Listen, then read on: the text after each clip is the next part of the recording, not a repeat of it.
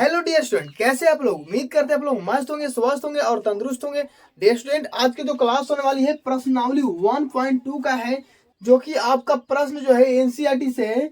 और ये जो पहला नंबर प्रश्न क्या कर रहा है, निम्नलिखित संख्याओं को अभाज्य गुणनखंडों के रूप में लिखे।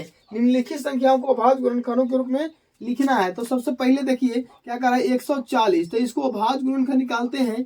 क्या करते हैं, अभाज्य गुणनखंड निकालते हैं। तो कितना से लगाएंगे? सबसे पहले देखिए आपका सबसे पहले हम लगाएंगे 2 से, ठीक है ना, क्योंकि 2 से लगने वाला है, अंत में 0 है और ये सम संख्या है, ठीक है। तो 2 सत्ते 14, 0 यानी 70 बार में कटा, फिर 2 से ही लगेगा, 35 दूनी 70। अब आपका जो है विषम संख्या आ गया, 35 जो है विषम संख्या है। आप कितना से लगेगा? 5 से लगाएंगे, तो 5 सत्ते 35। अब भी 7 आ गया, 7 में कितना से लगाएंगे? 7 से, तो एक बार में कट गया, ठीक है ना। अब देखिए आपको कह रहा था कि संख्याओं को अभाज्य गुणनखंडों के गुणनखंड के रूप में लिखना है, ठीक है ना। तो गुणनखंडों के रूप में लिखना है 140 बराबर, इसको कैसे लिख सकते हैं? 2 गुना 5 गुना 7, या फिर इसको ऐसे भी लिख सकते हैं 140 बराबर 2 कितना है? 1 2, यानी तो 2 के पावर 2 गुना 5 गुना 7, यही आपका क्या हो गया? आंसर हो गया, ठीक है ना। तो डियर स्टूडेंट, उम्मीद करते हैं कि आप लोगों को अच्छे तरीके से समझ में आ गए होंगे, ठीक है। उसके बाद हम 156 को निकालते हैं अभाज्य गुणनखंड। कितना का? 156 का। तो चलिए 156 का निकालते हैं। 156, अब बताइए कितना से लगाएंगे? 156 देखिए एक सम संख्या, तो सम संख्या तो इसमें 2 से ही सबसे पहले लगाएंगे, ठीक है ना। अब 2 से लगाएंगे तो 2 से 14, एक बच्चा 16, 2 अठे 16।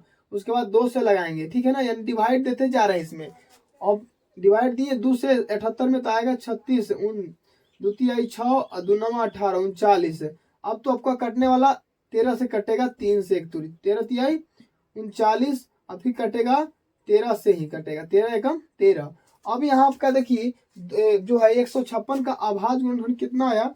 156 जो है 156 बराबर कितना हो जाएगा? 2 गुना 3 गुना 13, ठीक है। तो या इस 156 को इस तरह से भी लिख सकते हैं कि 2 कितना है? 1 2, यानी 2 के पावर 2 गुना 3 गुना 13, इसको ऐसे भी लिख सकते हैं ना। यही आपका अभाज्य गुणनखंड के गुणनखंडों के रूप में हम लिख दिए, ठीक है ना। गुणनखंड यानी तोड़ के लिखना, गुणनखंड यानी तोड़ करके लिख दिए, ठीक है ना।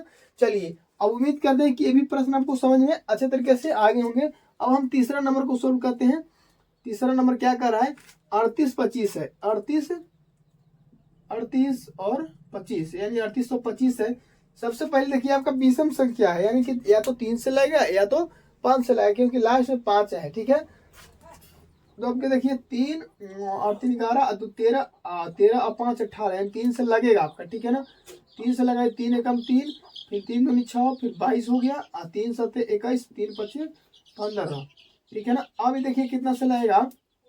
अब जो है आपका 3 से 3 7 10 5 15, 3 से लाएगा, 3 चौका 12, 3 दूनी 6, 3 5 15। अब कितना से लाएगा देख लेते हैं। 4 2 6 5 11, 3 से लगने वाला नहीं है, ठीक है ना, क्योंकि 3 से लगाए, 3 चौका 12, 5 कटवे नहीं करेगा, ठीक है ना। तो 5 से लगेगा, तो 5 8 40, फिर 5 बच्चा 25, 5 बच्चे 25, फिर 5 से लगेगा आपका 17 25 85, फिर 5 से लगेगा नहीं, 5 से फिर आपका डायरेक्ट कितना से लगेगा? 17 से, ठीक है ना। तो 17 एकम 17। अब यहाँ पर देखिए 3825 को कैसे लिख सकते हैं हम? 3 गुना 5 गुना 5 गुना 17, ऐसे लिख सकते हैं, है ना। एक तरीका और इसको लिखने का है, 3825 इक्वल टू 3 के को है, 2 को है, तो हम लिखेंगे 3 के पावर 2 गुना 5 कितना है? 2 को, तो 5 के पावर 2 गुना 17 तो अकेले है। तो इस तरह से आपका एक ये भी आंसर आ गया, ठीक है। तो डियर स्टूडेंट, चलिए अब हम प्रश्न नंबर 5 चौथा को सोल्व करेंगे। कर अब चौथा प्रश्न नंबर क्या कर रहा है? 5005। तो यहाँ हम सबसे पहले देखिए आपका 200 तो लगेगा नहीं 3 से लगेगा, क्योंकि अंकों का योग कर रहे हैं, जोड़ रहे हैं। तो 5 5 10, यानी 10 जो है 3 से पूरा नहीं करता, यानी 5 से हमको ये कटने वाला है, ठीक है ना। 5 से कटने वाला है, तो कितना से कटेगा? 5 एकम 5, 0 है तो 0 डाल दीजिए, 5 एकम 5। अब कितना से लगेगा? अब 5 से कटने वाला नहीं है, क्योंकि लास्ट में जो है 1 आ गया।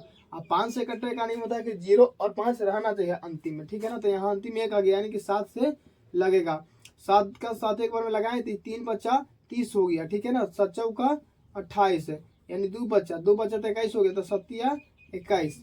अब देखिए यहाँ पर कितना से लगेगा, अब जो है आपका डायरेक्ट 11 से लगेगा। 11 में 11 से गुना कीजिए, 11 में 13 से गुना कीजिएगा, 11 में 13 से, तो 11 33 और 11 एकम 11 4, ठीक है 143। यानी कि आपका कितना से लगेगा, 11 से लगेगा, ठीक है ना। 11 से लगाएंगे तो 13 बार में 1 कट जाएगा, फिर आपका डायरेक्ट 13 से लगेगा, तो 13 कम 13 हो गया, ठीक है। अब क्या करते हैं हम, अभाज्य गुणनखंड के रूप में लिखते हैं, तो 5005 बराबर 5 गुना 7 गुना 11 गुना 13। अब इसमें हम पावर के रूप में तो नहीं लिख सकते हैं, क्योंकि संख्या जो है सब अलग अलग एक एक संख्या है, इसीलिए हम इसको नहीं लिख सकते हैं, ठीक है। उसके बाद 5वां नंबर देखिए क्या कर रहा है। 5वां नंबर जो आपका है कर रहा है 7 4 2 9। इसको 7 4 2 9 है।